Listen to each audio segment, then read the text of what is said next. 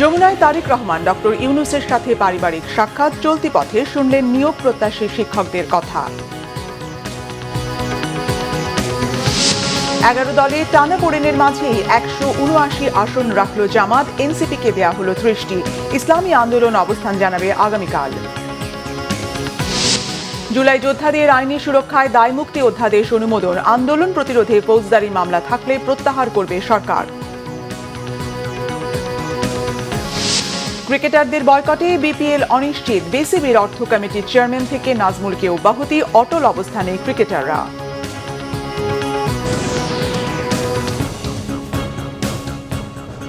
দেখছিলেন crown cement সংবাদ শিরোনাম। প্রধান উপদেষ্টা ডক্টর মোহাম্মদ ইউনূসের সাথে সৌজন্য সাক্ষাৎ করেছেন বিএনপি চেয়ারম্যান তারেক রহমান। সাথে ছিলেন তার স্ত্রী ডক্টর জুবাইদা রহমান ও মেয়ে জাইমা রহমান। দেশে ফেরার পর প্রথমবারের মতো সৌজন্য সাক্ষাতে প্রধান উপদেষ্টার কার্যালয় যমুনায় যান তারেক রহমান। বৃহস্পতিবার সন্ধ্যা 7:30টায় প্রধান উপদেষ্টা ডক্টর মোহাম্মদ ইউনূস তারেক রহমান ও তার পরিবারের সদস্যদের স্বাগত জানান। এ সময় প্রধান উপদেষ্টার মেয়ে দিনা ইউনূসও উপস্থিত ছিলেন। এর আগে গত বছরের মে মাসে লন্ডনে ডক্টর ইউনূস তারেক রহমান বৈঠক হয়েছিল।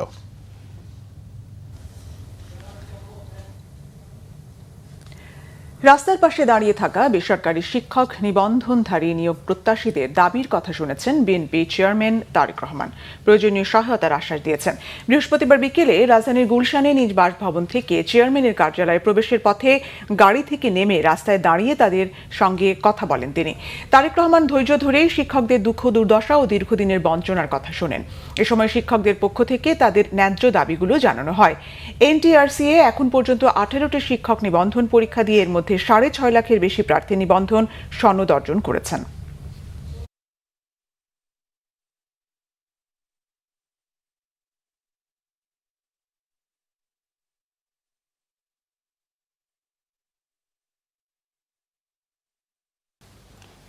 আগামী ত্রয়োদশ জাতীয় সংসদ নির্বাচন উপলক্ষে আসন সমঝোতায় 253 আসনে প্রার্থী ঘোষণা করেছে 11 দলীয় নির্বাচনী ঐক্য। বৃহস্পতিবার রাতে রাজধানীর ডিপ্লোমা ইঞ্জিনিয়ার্স ইনস্টিটিউটে আয়োজিত সংবাদ সম্মেলনে জামাত ইসলামের নায়েবে আমির সৈয়দ আবদুল্লাহ মোহাম্মদ তাহের জোটের পক্ষ থেকে এ আসন সমঝোতার ঘোষণা দেন। তবে জাতীয় গণতান্ত্রিক পার্টি জাকপা ও বাংলাদেশ খেলাফত আন্দোলনের জন্য আসনের সিদ্ধান্ত পাওয়া যায়নি। চূড়ান্ত হয়নি ইসলামী আন্দোলন বাংলাদেশের আসন সমঝোতার বিষয়টিও। মেজবা রহমানের রিপোর্ট। সকল জল্পনা কল্পনা কাটিয়ে 253টি সংসদীয় আসন বন্টনের ঘোষণা দিল জামায়াতে ইসলামী, এনসিপি সহ 11 দলীয় জোট। বৃহস্পতিবার রাজধানীর ডিপ্লোমা ইঞ্জিনিয়ার্স ইনস্টিটিউটে 11 দলীয় নির্বাচনী ঐক্যের ব্যানারে আসন বিন্যাসের ঘোষণা দেন জামায়াতে ইসলামের নায়েবে আমির ডাক্তার আবদুল্লাহ মোহাম্মদ তাহের।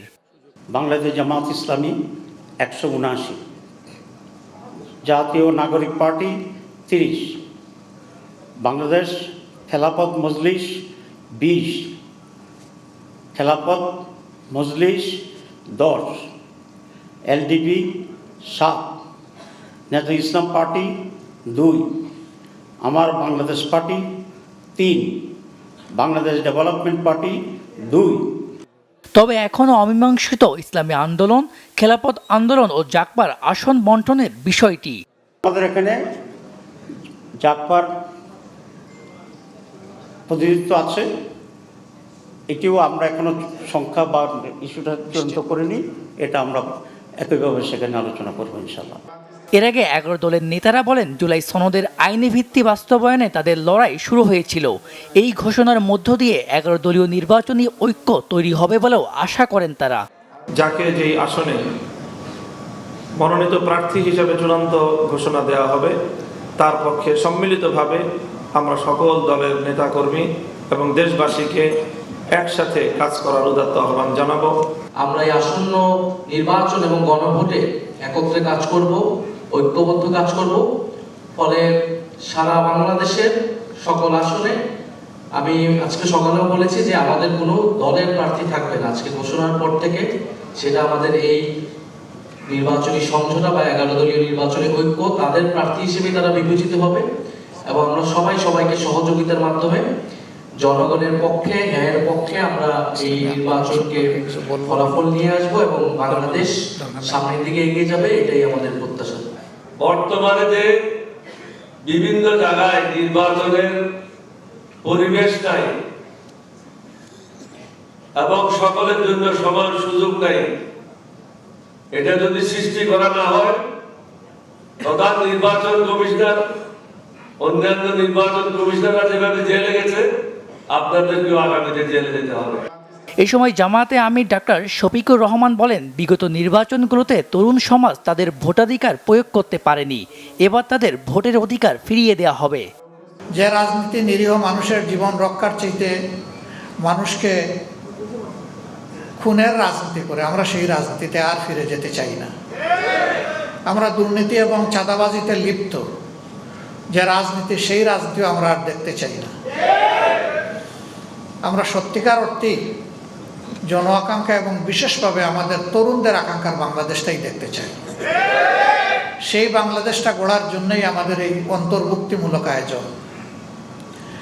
আমরা কার্যত জুলাই বিপ্লবের যারা স্বীকৃতি দেন, ধারণ করেন, জুলাই বিপ্লবের মাধ্যমে নতুন বাংলাদেশ গড়ার স্বপ্ন দেখেন, সেই লোকগুলোই আমরা একত্রিত হয়েছি।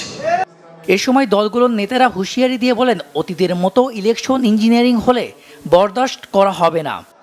অতীতের মতো কোনো নির্বাচনী ইঞ্জিনিয়ারিং আমরা দেখতে চাই না এবং আসলে আমরা একবারই এটা বরদাস্ত করব না, ইনশাআল্লাহ। মিসবাহ রহমান, বাংলা ভিশন, ঢাকা। প্রবাসী ভোটারদের জন্য পাঠানো পোস্টাল ব্যালটের ভুল ভ্রান্তিতে বিএনপি ক্ষতিগ্রস্ত হয়েছে বলে ইসিকে জানিয়েছে বিএনপি।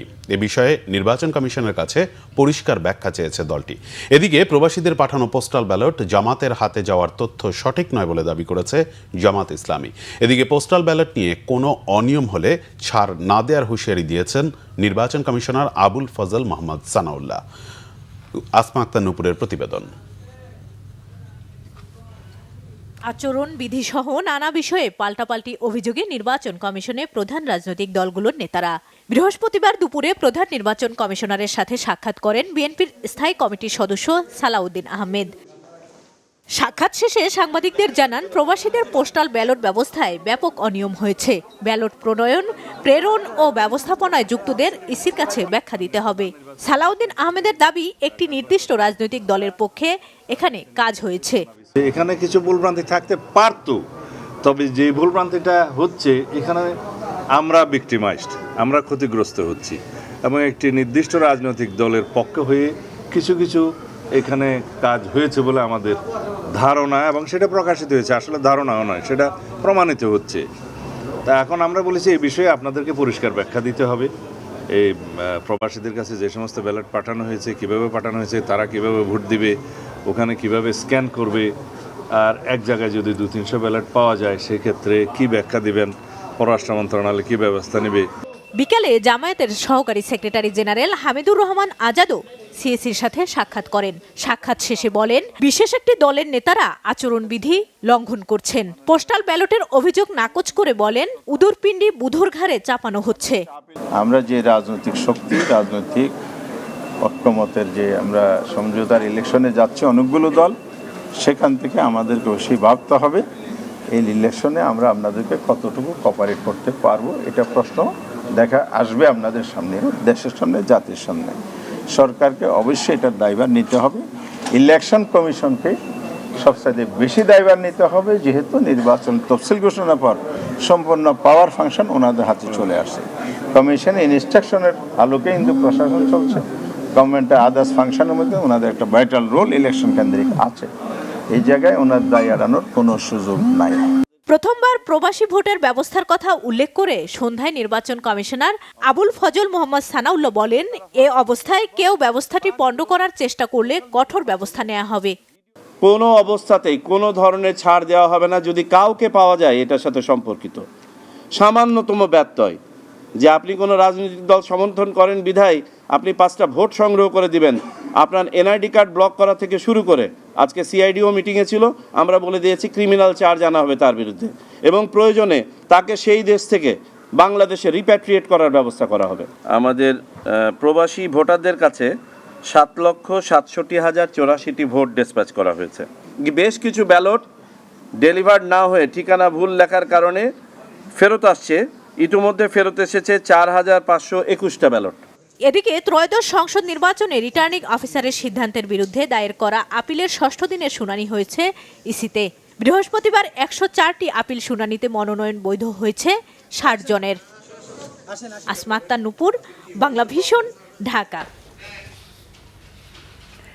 বিএনপির স্থায়ী কমিটির সদস্য আমির খসরু মাহমুদ চৌধুরী বলেছেন, পোস্টাল ব্যালট নিয়ে বিতর্কের অবসান নির্বাচন কমিশনকেই করতে হবে। আর বিএনপির ভাইস চেয়ারম্যান শামসুজ্জামান দুদু বলেছেন, অবাধ, সুষ্ঠু ও নিরপেক্ষ নির্বাচন অনুষ্ঠানের জন্য লেভেল প্লেইং ফিল্ড তৈরি করতে ব্যর্থ হলে অন্তর্বর্তীকালীন সরকার তার দায় এড়াতে পারবে না। মুহিবুল্লাহ মুহিবের রিপোর্টে বিস্তারিত।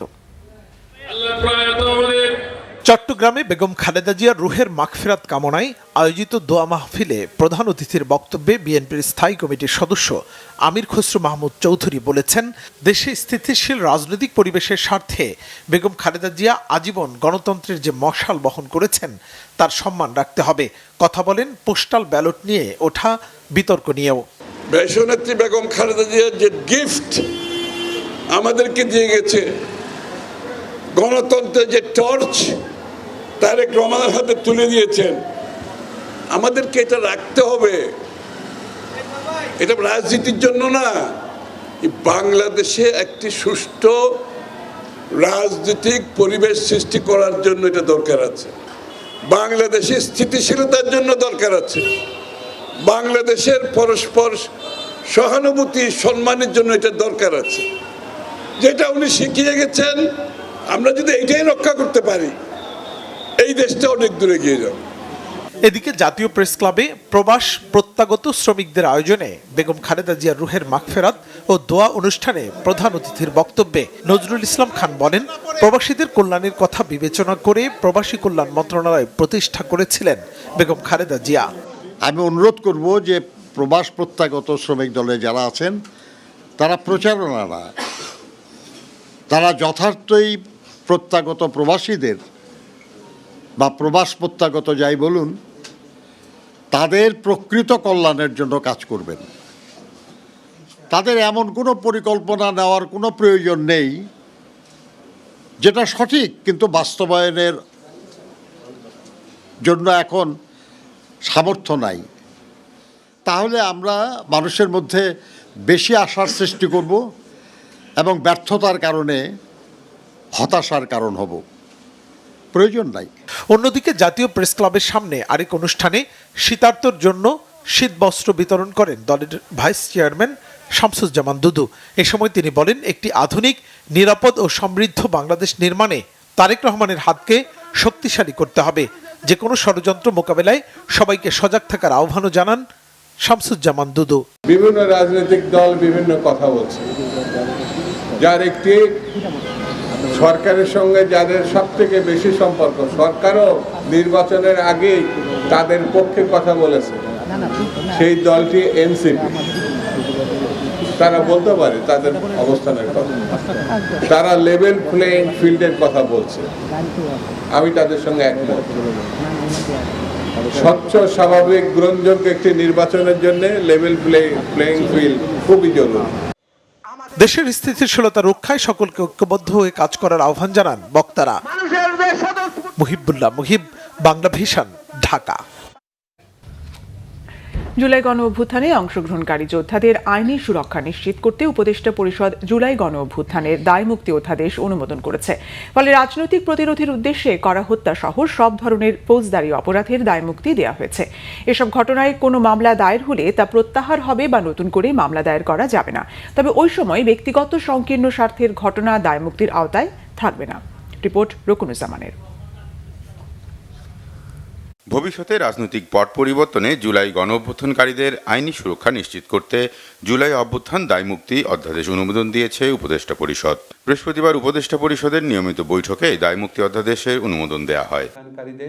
পরে রাজধানীর ফরেন সার্ভিস একাডেমিতে উপদেষ্টা পরিষদের বৈঠকে নেওয়া সিদ্ধান্তসমূহ নিয়ে ব্রিফিং করেন আইন উপদেষ্টা। 2024 সালের জুলাই আগস্টে রাজনৈতিক প্রতিরোধের উদ্দেশ্যে ঘটা হত্যাসহ সব ধরনের ঘটনা থেকে জুলাই যোদ্ধাদের দায়মুক্তি দেওয়া হয়।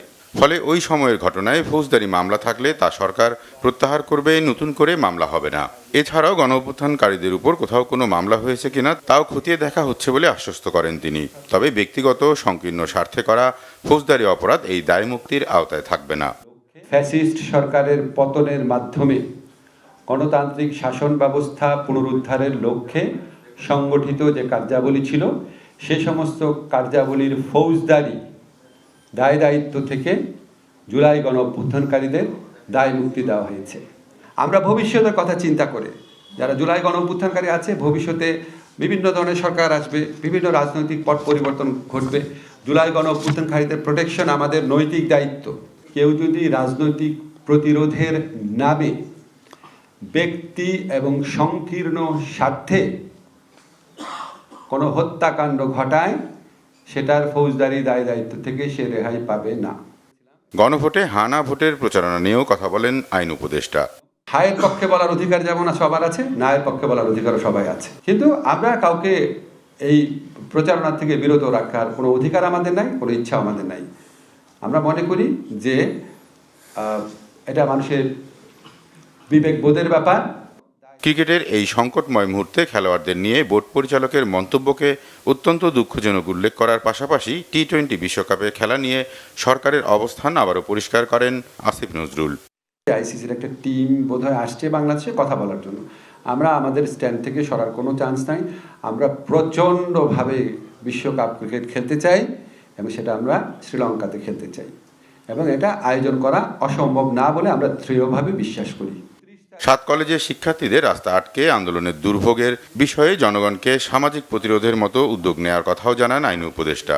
এছাড়া 500 কোটি টাকা মূলধন দেখিয়ে 200 কোটি টাকা পরিশোধ করে বাংলাদেশ ব্যাংকের অনুমোদন নিয়ে মাইক্রো ফাইন্যান্স ব্যাংকের অনুমোদন নেয়ার বিধান রেখে আরেকটি অধ্যাদেশেরও অনুমোদন দিয়েছে উপদেষ্টা পরিষদ। তবে এসব ব্যাংকের ব্যবসার ধরন হবে সামাজিক ব্যবসা। রকুনুজ্জামান, বাংলা ভিশন, ঢাকা। সাবেক প্রধানমন্ত্রী বেগম খালেদা জিয়ার স্মরণে আগামীকাল শুক্রবার নাগরিক শোক সভা অনুষ্ঠিত হবে। নাগরিক সমাজের ব্যানারে অনুষ্ঠেয় এই শোক সভায় রাজনৈতিক সহ বিভিন্ন শ্রেণী পেশা ও বিশিষ্ট ব্যক্তিরা অংশ নেবেন। এ উপলক্ষে রাজধানীর কৃষিবিদ ইনস্টিটিউটে সংবাদ সম্মেলনে বিস্তারিত জানানো হয়। জাতীয় সংসদ ভবনের দক্ষিণ প্লাজায় দুপুর 2:30টায় শোক সভা শুরু হবে। রাজনৈতিক দলগুলোর প্রতিনিধিদের আমন্ত্রণ জানানো হবে, তবে তারা কোনো বক্তব্য রাখবেন না। খালেদা জিয়ার পরিবারের সদস্যরা এতে উপস্থিত থাকবেন। সেই হিসেবে বিএনপি চেয়ারম্যান তারেক রহমানও থাকবেন নাগরিক শোক সভায়। এতে প্রায় 5000 অতিথিকে আমন্ত্রণ জানানো হয়েছে। সংবাদ সম্মেলনে বিশেষভাবে উল্লেখ করা হয়, সংবাদ গণমাধ্যম কর্মী সহ আমন্ত্রিত অতিথিরা আমন্ত্রণপত্র ছাড়া শোক সভায় অংশ নিতে পারবেন না। শোক সভার ভাবগাম্ভীর্য বজায় রাখতে সকলের সহযোগিতাও কামনা করা হয়। এতে সভাপতিত্ব করবেন সাবেক বিচারপতি সৈয়দ জিয়ার মোদাস্তের হোসেন।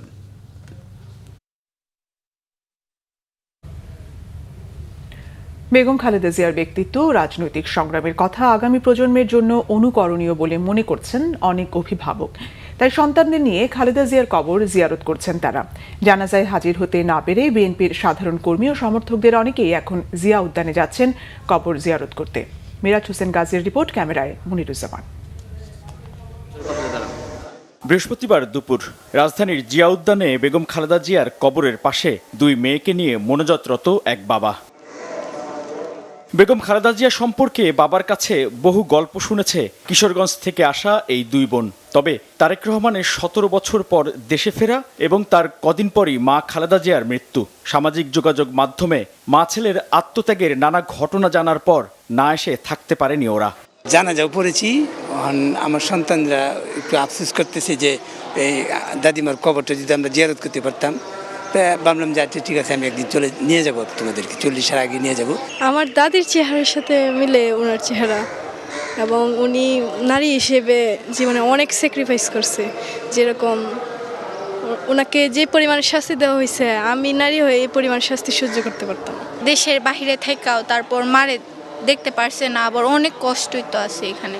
আমরাও তো এটা মানায় নিতে পারতাম না। বেগম খালেদা জিয়ার মৃত্যুর পর প্রযুক্তির কল্যাণে বিভিন্ন ভিডিও দেখে আগ্রহী হচ্ছে ছোট্ট শিশুরাও। খুলনা থেকে আসা এমন কৌতূহলী 2 খালাতো বোনের দেখা মিলল জিয়া উদ্যানে। আমার বাবা অনেক তাকে তুলনা করতেন, আমাকে বলতেন তার মতো হওয়া শেখো, এরকম দেশের জন্য এত ভালো মানুষের মতো হওয়া শেখো, দেশের জন্য এরকম ভালো। তো আজকে আমি এখানে এসেছি কারণ আমার উদ্দেশ্য ছিল যে আমি কখনো না কখনো যখন সে মারা যাবে তখন আমি তার কবরে জিয়ারত করব। উনি যেন জান্নাতবাসী হোক, তারপর উনি যেন আল্লাহর কাছে অনেক ভালো থাকুক। খালেদা হয়েছে দেশের জন্য অনেক কিছুই করেছেন, দেশের মানুষের জন্য অনেক কিছু করেছেন, গরিব মানুষের। 31 ডিসেম্বর জানাজা ও দাফনের দিন যারা আসতে পারেননি, দেশের প্রত্যন্ত এলাকা থেকে আসা এমন মানুষের সংখ্যাই এখন বেশি। 94 সালে যখন আমাদের গোমনাথিতে খালেদা জিয়া প্রথমবারের মধ্যে যায়, তখন আমি ক্লাস 8-এ পড়তাম। তখনই দেখার পর থেকে আমার মনের ভেতর একটা আবেগ সৃষ্টি হয় তাকে নিয়ে। জানাজা হয় তখন আসতে চাইছিলাম, তখন আসতে পারিনি, এই জন্য এখন আসছি। গণতন্ত্রের জন্য উনি দীর্ঘ সংগ্রাম করেছে, কিন্তু উনি এই দেশের গণতন্ত্র ফিরে এনেছিল, কিন্তু আমরা খুবই ব্যথিত উনি সেই গণতন্ত্রের সুফল পূর্ণাঙ্গভাবে উনি দেখে যেতে পারেনি। স্বতঃস্ফূর্তভাবে এবং সবাইকে নিয়ে আনন্দ করে ভোট কেন্দ্রে যাবো, ভোট দেবো এবং বিজয় করে আনবো এবং তার যে হাতকে শক্তিশালী করে দেবো। তার মায়ের অভাবটা আমরা বিএনপি পরিবার তারেক রহমানকে কখনোই বুঝতে দিব না যে উনাকে ছেড়ে চলে গেছে। আমরা তার পাশে ছায়ার মতো থাকবো সবসময়। তারেক ভাই এখানে ওনার পাশে বাংলার জনগণ আছে এবং ওনার আগামী যে ফিউচারে ওনার জন্য ভালো কিছু কামনা করব। অনেক কষ্ট করে, অনেক সিরিয়ালের সুযোগ সুবিধা করে আমি ঢাকাতে আসছি। আসা মাত্র আমি আমার মাতৃতুল্য বেগম খালেদা জিয়ার মাজার জিয়ারতে আসি। লন্ডনে যখন গেছেন তখন আসার সময় তারেক রহমানের আর মেয়ে জাইমা রহমানকে বলছে বাবা দিয়ে খেয়াল রাখো। এটা বাংলার মানুষ জানছে যে জাইমা রহমানকে বলছে, ওনার বন্ধুকে বলছে, সারা বাংলাদেশের মানুষে তাকে আগলে রাখবো। গণতন্ত্র ও মানুষের অধিকার প্রতিষ্ঠায় আজীবন সংগ্রামী বেগম খালেদা জিয়ার মৃত্যুর পর তাঁর ছেলে তারেক রহমানের নেতৃত্বে আগামীর বাংলাদেশ গড়ে তোলায় আত্মবিশ্বাসী জিয়া উদ্যানে আসা বিএনপির তৃণমূলের নেতাকর্মীরা। মিরাজ হোসেন গাজী, বাংলা ভিশন, ঢাকা। এদিকে ঢাকা 6 আসনে বিএনপির মনোনীত প্রার্থী ইশরাক হোসেন বলেছেন, বাংলাদেশের স্বাধীনতা ও মানুষের অধিকার প্রতিষ্ঠায় সাবেক প্রধানমন্ত্রী বেগম খালেদা জিয়ার ত্যাগ অনস্বীকার্য।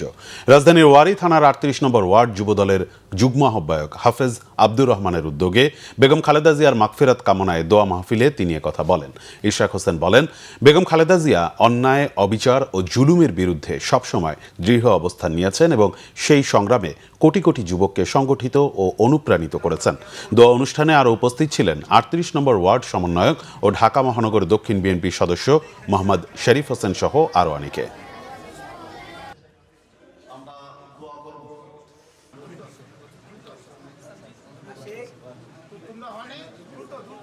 আমাদের নেত্রী, যার অনেক ত্যাগ রয়েছে এই বাংলাদেশ, স্বাধীন বাংলাদেশকে প্রতিষ্ঠার জন্যে, মানুষের অধিকার প্রতিষ্ঠার জন্যে এবং অন্যায়ের বিরুদ্ধে, যে কোনো ধরনের জুলুমের বিরুদ্ধে রুখে দাঁড়িয়ে তার প্রতিবাদ করার জন্যে আমাদের মতো কোটি যুবককে তিনি সংগঠিত করেছেন, অনুপ্রেরণা জুগিয়েছেন। নিঃসন্দেহে আমার বিশ্বাস যে মহান আল্লাহ তাআলা কারো না কারো হাতের উসিলায় ওনাকে জান্নাতের সর্বোচ্চ স্থান ওনাকে দান করবেন। আমিন। ক্রিকেটারদের বয়কটে অনিশ্চিত হয়ে পড়েছে Bangladesh premier league BPL. BCB পরিচালক নাজমুল ইসলামের পদত্যাগের দাবিতে অনড় ক্রিকেটারেরা। তাকে অপসারণ না করা পর্যন্ত মাঠে ফিরবেন না তারা। দুপুরে এক জরুরি সংবাদ সম্মেলনে কোয়াব সভাপতি মোহাম্মদ মিথুন বলেন, নাজমুল ইসলামকে আগেই একবার সতর্ক করা হয়েছিল, কিন্তু তিনি ক্রিকেটের সঙ্গে জড়িত সবাইকে আবারও অপমান করেছেন। সন্ধ্যায় এক বিবৃতিতে কোয়াব জানায়, নাজমুল ইসলাম প্রকাশ্যে ক্ষমা চাইলে এবং তার পরিচালক পদ বাতিলের প্রক্রিয়া চলমান থাকলে ক্রিকেটের স্বার্থে শুক্রবার থেকেই মাঠে ফিরতে রাজি ক্রিকেটাররা। মানিক মাহমুদের রিপোর্ট। ভারতের নিরাপত্তা শঙ্কায় টি-20 বিশ্বকাপে বাংলাদেশের খেলা হবে কি হবে না তা নিয়ে যখন পরিস্থিতি অস্থির, তখন বিসিবি পরিচালক নাজমুল ইসলামের জাতীয় ক্রিকেটারদের নিয়ে একের পর এক বিরূপ মন্তব্যে তা আরও উত্তপ্ত হয়ে উঠেছে। আগুনে ঘি ঢেলে দেওয়ার মতো অবস্থা এখন। বৃহস্পতিবারের মধ্যে নাজমুল ইসলাম পদত্যাগ না করলে ম্যাচ বর্জনের ঘোষণা দিয়েছিল ক্রিকেটারদের সংগঠন কোয়াব। বিসিবি তাদের দাবি না মানায় নিজেদের সিদ্ধান্তে অটল মিঠুন, শান্ত, মিরাজরা। আর সব কিছুরই একটা লিমিট আছে। আমার মনে হয় লিমিটটা ক্রস করে গেলে তখন অ্যাকশন ছাড়া আর বিকল্প কোনো অপশন থাকে না। তো আমরা আজকে যেটাই করছি আমরা অসহায় এবং বাধ্য হয়েই করা। আপনারা ফারুক ভাইকে ওভারনাইট এখান থেকে সরিয়ে দিয়েছিলেন, কিন্তু এখন একজন বোর্ড ডিরেক্টরের ক্ষেত্রে যার এগেনস্টে ইভেন বোর্ড ডিরেক্টররাও বলছেন যে ওনার উপরে বিরক্ত, তাহলে এত থাকলে আপনারাও বিরক্ত, আমরাও বিরক্ত, পুরো ক্রিকেট জাতি বিরক্ত, তারপরেও একজন বোর্ড ডিরেক্টরকে কেন সরানো যাচ্ছে না, এই কোশ্চেনটা আমারও আছে। ক্রিকেটাররা বলেন, বোর্ডের সাথে নেই কোনো বিরোধ, খেলাটাই তাদের পেশা, মাঠেও ফিরতে যান, তবে সম্মান বিসর্জন দিয়ে নয়। ক্রিকেট বন্ধ করে আসলে আমাদের কোনো কিছু না। আমরা চাই যে ক্রিকেট মাঠে খেলা থাকুক এবং খেলা হোক এবং প্রফেশনালিজম মেনটেন করে যাতে সবাই আমরা ক্রিকেট খেলতে পারি মাঠে, এটা সব থেকে বড় লক্ষ্য থাকে। মাঠে খেলা হচ্ছে বলেই কিন্তু আজকে আমাদের একটা ভালো জায়গায় আমরা ক্রিকেট বোর্ড আছি। সো মাঠে যদি খেলাই না হয় তাহলে কিন্তু স্পন্সারও আসবে না বা আইসিসি থেকেও যে রেভিনিউটা পাওয়া হয় সেটাও পাওয়া হবে না। বাট আমার কাছে মনে হয় যে আমাদের এটা শুধু ব্যক্তিগত না, এটা প্রত্যেকটা ক্রিকেট ক্রীড়াঙ্গনের জন্য এটা একটা লজ্জাজনক। ক্রিকেটারদের প্রতিবাদের মুখে বিসিবির অর্থ কমিটির চেয়ারম্যানের পদ থেকে অব্যাহতি দেওয়া হয় নাজমুল ইসলামকে। বিপিএল ঢাকা পর্বে দিনের প্রথম ম্যাচও মাঠে গড়ায়নি। তবে ক্রিকেটাররা তাদের বয়কটে অটল থাকায় সন্ধ্যা পর্যন্ত হয়নি কোনো সমঝোতা। ফ্রাঞ্চাইজির সাথে আলোচনার সিদ্ধান্ত নেয় বিসিবি। অনিশ্চিত হয়ে পড়ে বিপিএল।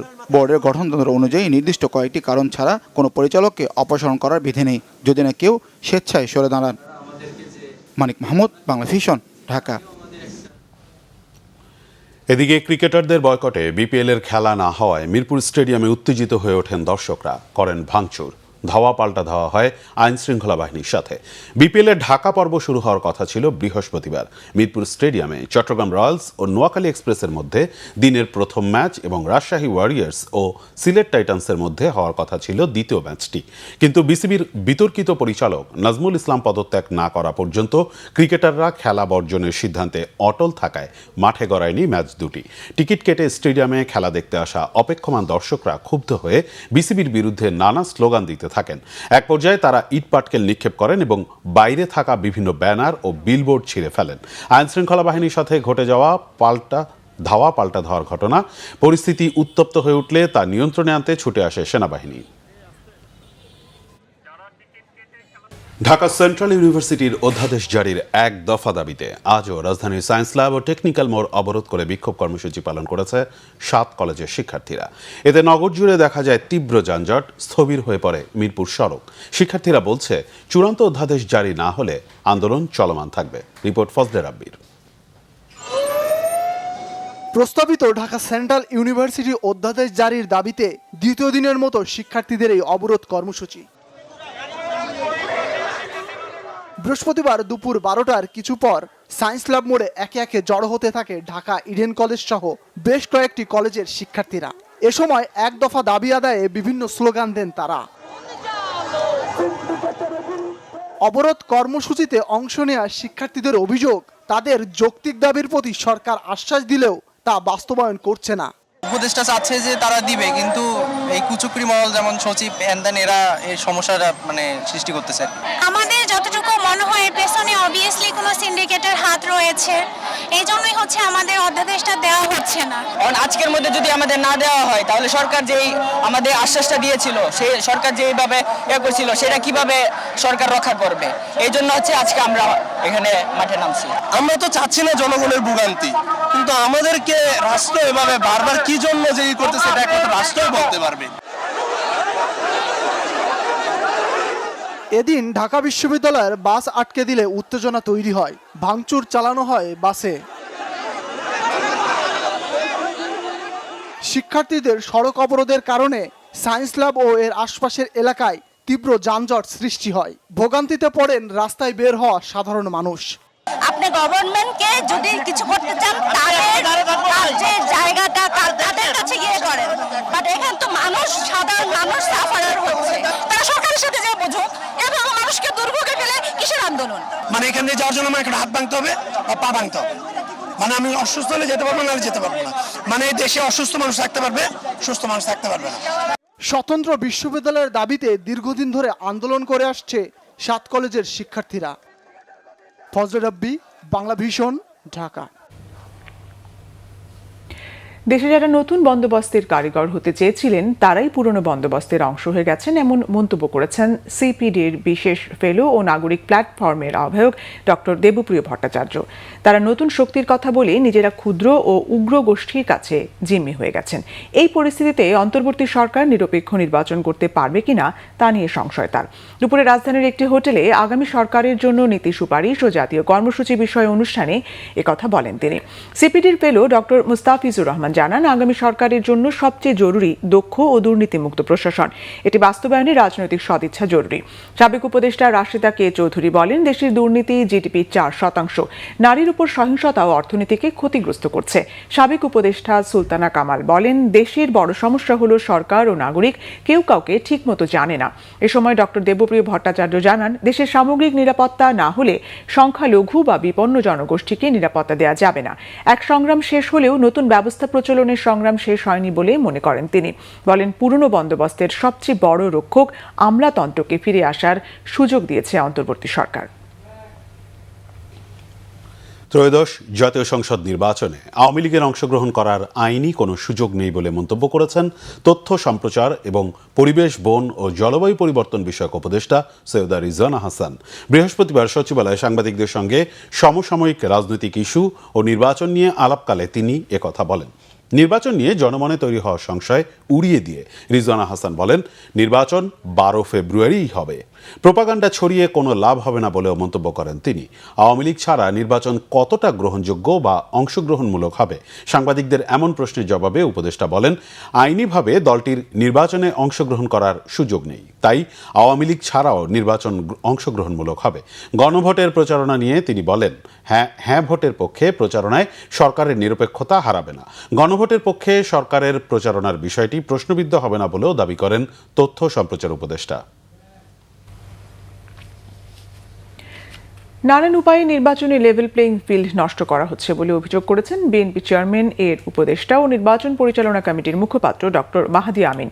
বৃহস্পতিবার বিকেলে গুলশানে বিএনপির নির্বাচনী কার্যালয়ে এক সংবাদ সম্মেলনে এই অভিযোগ করেন তিনি।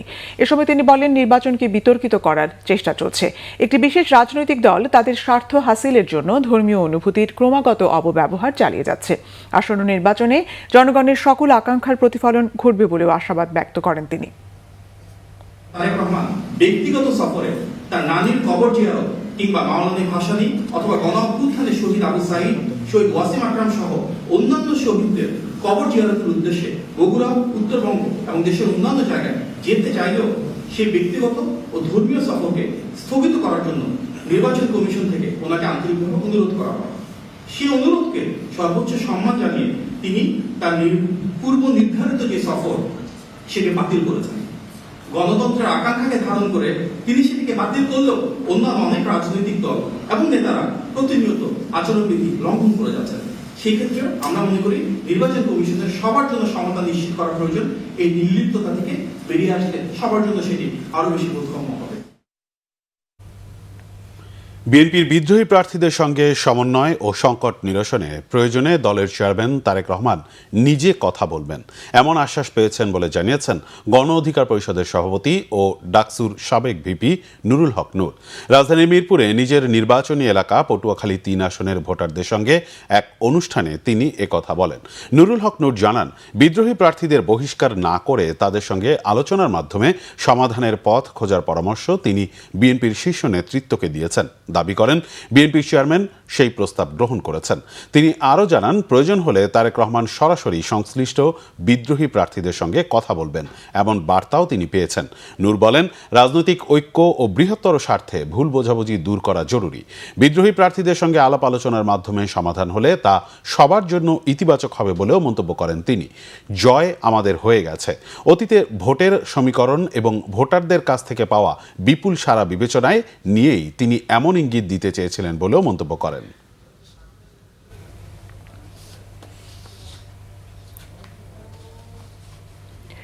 অন্তর্বর্তী সরকারের তৈরি জ্বালানি ও বিদ্যুৎ মহাপরিকল্পনা বাতিল চায় centre for policy dialogue CPD. সংবাদ সম্মেলনে এমন দাবি জানায় গবেষণা প্রতিষ্ঠানটি। তাড়াহুড়ো করে কার স্বার্থে এই মহাপরিকল্পনা হচ্ছে এমন প্রশ্ন তুলেছে গবেষণা সংস্থাটি। সিপিডি বলছে, আলোচনা ও বিশেষজ্ঞদের মতামত ছাড়াই জ্বালানি ও বিদ্যুৎ মহাপরিকল্পনা তৈরি করা হয়েছে। এখানে আমলাদের মতামত প্রাধান্য পেয়েছে। এই মহাপরিকল্পনা নির্বাচিত সরকারের করা উচিত বলে মনে করে সিপিডি।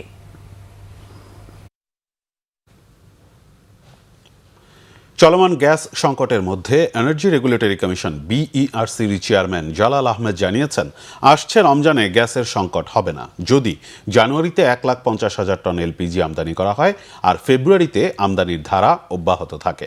রাজধানীর সেইডাপ মিলনায়তনে গোলটেবিল আলোচনায় এসব কথা বলেন তিনি। BERC চেয়ারম্যান আরও বলেন, রমজানে গ্যাসের যেন সংকট না হয় এজন্য আমদানি যে কোনো মূল্যে নিশ্চিত হতে হবে।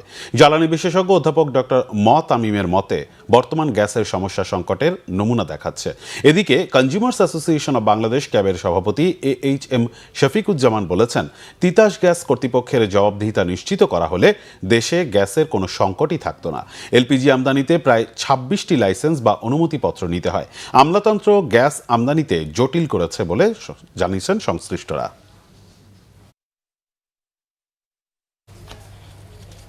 আরও কিছু খবর নিয়ে এখন একটি ডেস্ক রিপোর্ট দেখুন। বাংলাদেশ প্রকৌশল বিশ্ববিদ্যালয় বুয়েটের ফ্রন্টিয়ার্স ইন সায়েন্স শিরোনামে দ্বিতীয় আন্তর্জাতিক সম্মেলনের উদ্বোধন হয়েছে। এতে প্রধান অতিথি ছিলেন শিক্ষা উপদেষ্টা অধ্যাপক ডক্টর চৌধুরী রফিকুল আবরার। উপস্থিত ছিলেন বুয়েটের উপাচার্য অধ্যাপক ডক্টর আবু বোরহান মোহাম্মদ বদরুজ্জামান, উপাচার্য অধ্যাপক ডক্টর আব্দুল হাসিব চৌধুরী সহ অন্যরা। সভাপতিত্ব করেন বিজ্ঞান অনুষদের ডিন অধ্যাপক ডক্টর আল নকিব চৌধুরী। স্যানিটারি ন্যাপকিন বিতরণ ক্যাম্পেইন হয়েছে ঢাকা বিশ্ববিদ্যালয়ে। দুপুরে শামসুন্নাহার হলরুমে হাই কেয়ার বেবি ও এবি গ্রুপের সৌজন্যে ক্যাম্পেইনের আয়োজন করে ঢাকা বিশ্ববিদ্যালয় কেন্দ্রীয় ছাত্র সংসদ ডাকসু। উপস্থিত ছিলেন ঢাকা বিশ্ববিদ্যালয়ের প্রভিসি প্রশাসন অধ্যাপক ডক্টর সাইমা হক বিদিশা, ডাকসু ভিপি সাদিক কায়েম, শামসুন্নাহার হল প্রাধ্যক্ষ নাসরিন সুলতানা, এবি গ্রুপের MD মোহাম্মদ আবুল হোসেন সহ হলের ছাত্রীরা। সাবেক প্রধানমন্ত্রী বেগম খালেদা জিয়ার স্মরণে লেখকদের শোক সভা হয়েছে বাংলা একাডেমিতে। বিকেলে আল মাহমুদ লেখক কর্নারে এতে প্রধান অতিথি ছিলেন বিএনপির ভাইস চেয়ারম্যান শামসুজ্জামান দুদু। সভাপতিত্ব করেন লেখক প্রকাশক সাইদ বারী। কবিতা পাঠ ও আলোচনায় অংশ নেন জাতীয় কবিতা পরিষদের সভাপতি কবি মোহন রায়হান, বাংলাদেশ শিল্পকলা একাডেমির মহাপরিচালক কবি রেজাউদ্দিন স্টালিন, কবির রহমান হেনরি, সাংবাদিক ও কথা সাহিত্যিক এহসান মাহমুদ, কবি মাহমুদ শফিক, কবি ও মিডিয়া ব্যক্তিত্ব আসাদ কাজল, লেখক গবেষক কালাম ফয়াজি, কবি দেলার হাসান সহ অন্যরা। জাতীয় হিফজুল কোরআন প্রতিযোগিতায় প্রথম স্থান অর্জন করায় সিরাজগঞ্জের তাহফিজুল কোরআন মডেল মাদ্রাসার ছাত্র হাফেজ মোহাম্মদ রাহিমুল ইসলামকে বিশেষ সংবর্ধনা দিয়েছে chamber of commerce and industries. বিকালে শহরের পৌর মুক্ত মঞ্চে এতে প্রধান অতিথি ছিলেন Sirajganj chamber of commerce and ইন্ডাস্ট্রিজের প্রেসিডেন্ট সাইদুর রহমান বাচ্চু। রাজাসন যুব সমাজের আয়োজনে ফুটবল টুর্নামেন্টের ফাইনাল হয়েছে সাভারে। এতে প্রধান অতিথি ছিলেন সাবেক সংসদ সদস্য ডাক্তার দেওয়ান মোহাম্মদ সালাউদ্দিন। সভাপতিত্ব করেন পৌর বিএনপির সহসভাপতি রফিকুল ইসলাম। সার্বিক তত্ত্বাবধানে ছিলেন পৌর ছাত্র দলের সাবেক সহসভাপতি রাশিদুল ইসলাম রাসেল। লাইট হাউস ইন্টারন্যাশনাল বার্ষিক ক্রীড়া প্রতিযোগিতা 2025 হয়েছে রাজধানীর ধানমন্ডিতে। রিয়া গোপ মহিলা ক্রীড়া কমপ্লেক্সের প্রতিযোগিতার উদ্বোধন করেন লাইট হাউস ইন্টারন্যাশনাল স্কুলের ম্যানেজিং ডিরেক্টর ও প্রিন্সিপাল ডক্টর রেজওয়ানা আফরোজ সরণি। প্রধান অতিথি ছিলেন 10 মিনিট স্কুলের সিও আইমান সাদিক। উপস্থিত ছিলেন লাইট হাউস ইন্টারন্যাশনাল স্কুলের ইসলাম বিষয়ক উপদেষ্টা হাফিজ মোহাম্মদ সাইফুল ইসলাম, গুলশান শাখার প্রিন্সিপাল সিপাত লাইলা, ধানমন্ডি শাখার vice principal Roksana Begum, section head এবং ধানমন্ডি ও গুলশান শাখার শিক্ষক শিক্ষিকা সহ কর্মচারীরা। ব্রাহ্মণবাড়িয়ার সরাইল কালীকচ্ছ বাজারে যাত্রা শুরু করেছে অল্টনের এক্সক্লুসিভ পরিবেশক শোরুম আরিশা ইলেকট্রনিক্স, যেখানে থাকছে সর্বাধুনিক প্রযুক্তি ও ফিচারের ব্যাপক বিদ্যুৎ সাশ্রয়ী fridge, TV, AC, washing machine, fan সহ হোম ও কিচেন অ্যাপ্লায়েন্স। শোরুমটির উদ্বোধন করেন অল্টনের additional managing director Eva Rizwana এবং সিনিয়র এক্সিকিউটিভ ডিরেক্টর চিত্রনায়ক আমিন খান। উপস্থিত ছিলেন অল্টনের এক্সিকিউটিভ ডিরেক্টর আসিফ উর রহমান মল্লিক, আরিশা ইলেকট্রনিক্সের স্বত্বাধিকারী রফিকুল ইসলাম সহ স্থানীয়রা। Bangla vision news desk. শেষ করব সংবাদ, তবে যাবার আগে ক্রাউন সংবাদ শিরোনামগুলো জানাবো আরেকবার। যমুনায় তারেক রহমান, ডক্টর ইউনূসের সাথে পারিবারিক সাক্ষাৎ, চলতি পথে শুনলেন নিয়োগ প্রত্যাশী শিক্ষকদের কথা। 11 দলে টানাপোড়েনের মাঝেই 179 আসন রাখল জামাত, এনসিপিকে দেয়া হলো 30টি। ইসলামী আন্দোলন অবস্থান জানাবে আগামীকাল। জুলাই যোদ্ধাদের আইনি সুরক্ষায় দায়মুক্তি অধ্যাদেশ অনুমোদন, আন্দোলন প্রতিরোধে ফৌজদারি মামলা থাকলে প্রত্যাহার করবে সরকার। ক্রিকেটারদের বয়কটে বিপিএল অনিশ্চিত, বিসিবির অর্থ কমিটির চেয়ারম্যান থেকে নাজমুলকে অব্যাহতি, অটল অবস্থানে ক্রিকেটাররা।